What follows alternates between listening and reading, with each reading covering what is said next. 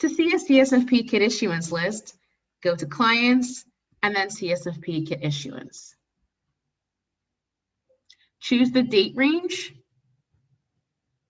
of the list that you'd like to see. So these date ranges include the dates of the visits that have been made. So I'm logged into Agency 1.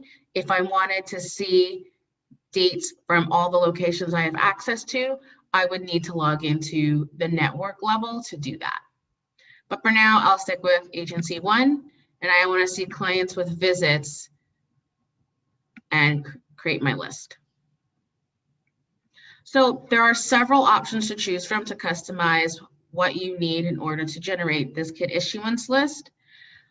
By default, it will select the most common options that food banks need, but there are other options available, including languages, household size, date of birth, maybe their next check-in date if using that feature, any notes, and signature options as well.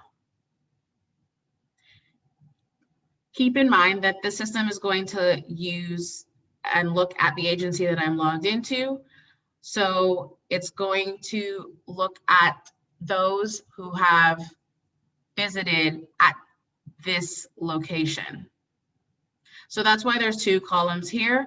Although a client has the official location as Agency 1, so this is the location that's selected on the CSFP tab of their profile.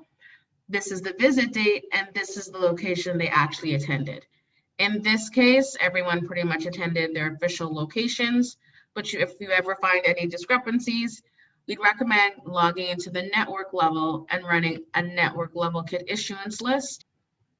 By default, the list will show deceased clients, but you can toggle on or off depending on what type of list you'd like to generate.